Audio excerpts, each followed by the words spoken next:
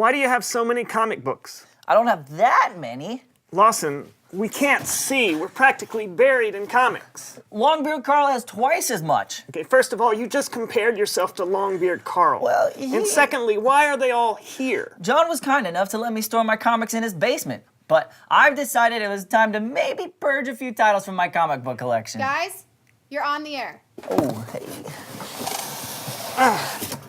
Sorry, everyone.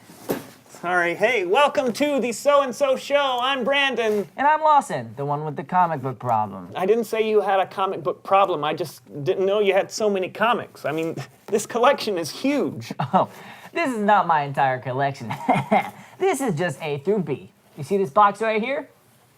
No, I can't see. In this box is the entire 103-issue run of Anton the Overly Angry Aardvark. Oh, that sounds... He's so angry. Yeah, I bet. But, you know, we're not here to talk about comics today. We're here to talk about our stuff and how we're supposed to manage it. Do you want to know what comic that reminds me of? No, I don't. I really don't. I'm going to tell you anyways. It's called The Bank Manager. He balances ledgers. Please just roll the intro.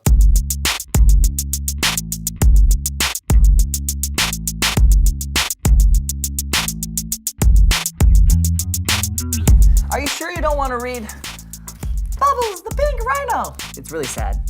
Is that because he realizes he's the last pink rhino? What? No, it's because he has a purple mustache and everybody makes fun of him for it. Oh. That is sad.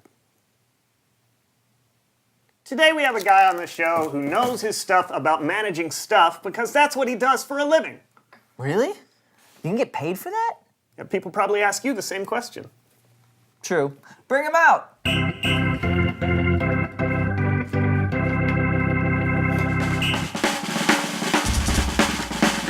This is Tony, and he's the equipment manager for the Oakleaf Grizzlies. Hey guys, how's it going? What you got there? Just something. Thank you.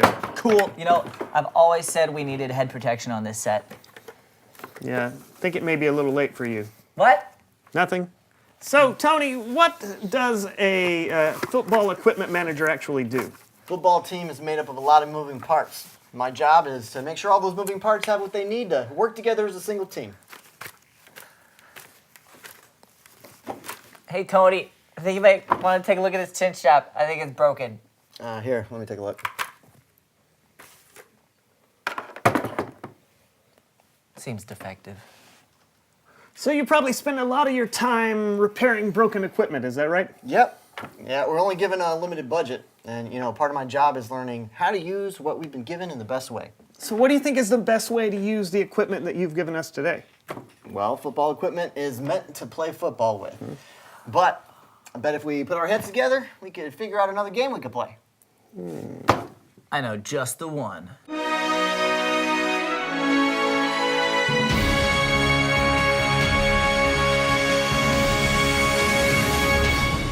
Full contact Jenga is simple. You play Jenga while your opponent repeatedly hits you in the head with this. The person that knocks down the tower loses. Tony, will you be our referee?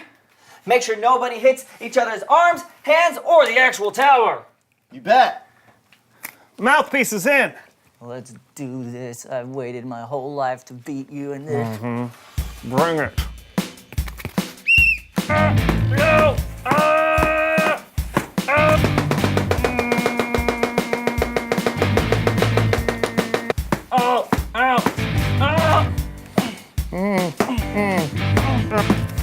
Try me.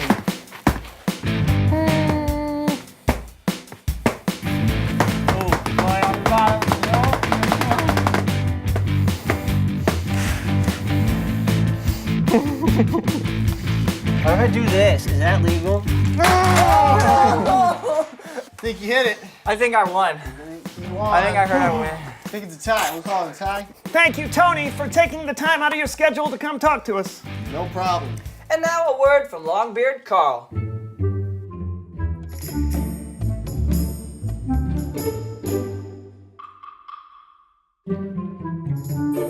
That's his favorite comic book. Good to know. Yeah, he doesn't like to be interrupted when he's reading. So we've talked to an equipment manager about what he does with the stuff he's been given. So I think it's time to hear from Kellen and what God might say on the subject. Ooh, do you know what the Bible story is about? Yeah, I think it's the parable of the talents today. Oh, good, because that's always been a struggle. What's been a struggle? Having so many talents and just having to manage all these talents.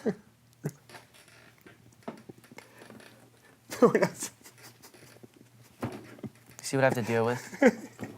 I'm sorry. He said, no. Are you done? Yes.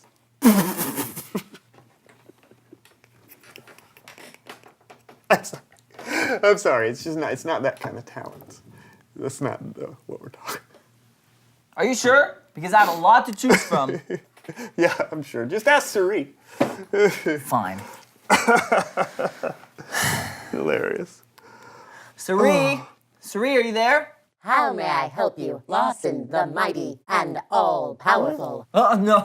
You don't have to. You don't have to call me that. We talked about that. But you programmed me to address you as Lawson, the mighty and all-powerful. Just Lawson.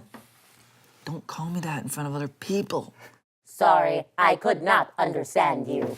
Never mind. I just want to know what the talents are from the Bible. Checking. If you are referring to the parable of the talents. Yes, that's the one. The talent was one of several ancient units of mass with a corresponding weight of precious metal, usually gold. Greeks, Egyptians, and Babylonians all had their version of the talent with its own weight. A single heavy talent used in New Testament times was 58.9 kilograms, which is worth a ridiculous amount of money in today's currency. So a talent is money. That's what I just said. Yes, you did. Thanks, Suri. No problem, Brandon, you handsome man. Okay, that's enough of Suri. Thank you. Did she just carry you? No. Kellen, let's hear this parable of the talents, please. You don't have to yell, you handsome man. Stop that. Stop it. Where are you? Oh, well, since we're talking about using what we've been given this month, I'm in my attic. And it's full of really cool stuff, but it's just going to waste up here. So I'm going to put it to good use. Look at this hat. It fits perfect. Did you just tell the story? Oh, okay, no problem.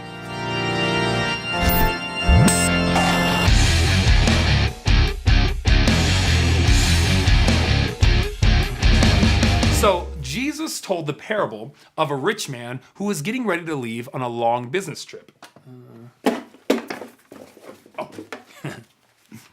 Before he left, he called for his 3 servants. Yo, servants! Servant 1, servant 2, servant 3. To the one, he gave $5,000 money. And to another, he gave 2,000 bucks.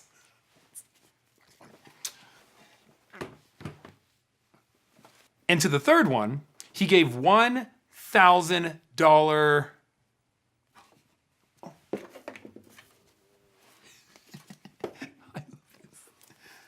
bills. So, that's 500. And then this is the other 500. $1,000 bills. Then he left. Oh. Front flip! Ugh. And after a long absence,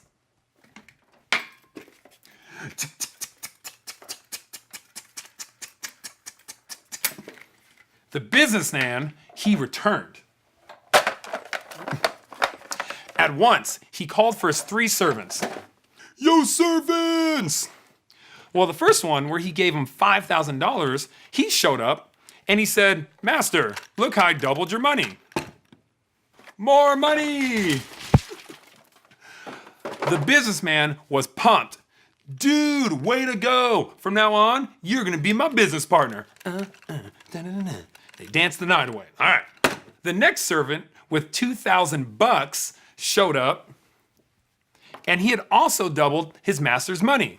The businessman was pumped again. Dude, way to go! From now on, you're gonna be my business partner too. And they danced the night away. All right. Now, the servant who was given $1,000 bills, well, he showed up and he said, Master, I know you're a good businessman and expect the best. I was afraid I might disappoint you, so I hid your money instead. Here it is, safe and sound to the last cent. The businessman was furious. That's no way to live. If you knew I expected the best, why did you do less than the least? So the businessman took the $1,000 bills and he gave it to the one who had risked the most, the horse. And he got rid of the servant who was afraid to take a risk. Roundhouse kick. Ugh. The end. Wow, great parable, Kellen. Thanks. No problem. But I think I'm gonna have to have a yard sale. Hope to see you guys there.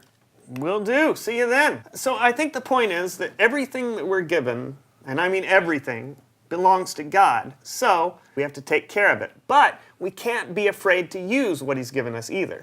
Or else we get tossed across the attic. Yes. Yes. No. If we don't use what He's given us, we can miss the chance to change the world we live in. Yeah, that makes more sense. So my question for you, Lawson, and for all of you out there is, Reveal the question! how can you best use your things?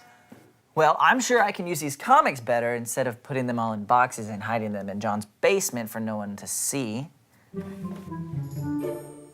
I'm sorry, yes, Longbeard Carl, you do read them sometimes, but what I'm saying is there is so much more that I could be doing with my stuff. Well said, Lawson. Well said. Is he gone? Uh-huh. Thank you guys for checking out this week's So-and-So show. You know what? I could do a Saturday morning read-a-thon where people bring their pets and I read to them. I've got the perfect comic for it. Ready? It's called Fuzzball. It's about this ginormous gerbil named Fuzz. Uh-huh. She can turn herself into a giant ball and squish you flat. We'll see you guys next week. Bye. You're purging some of these comics, right? Some of them, Okay. not all of them.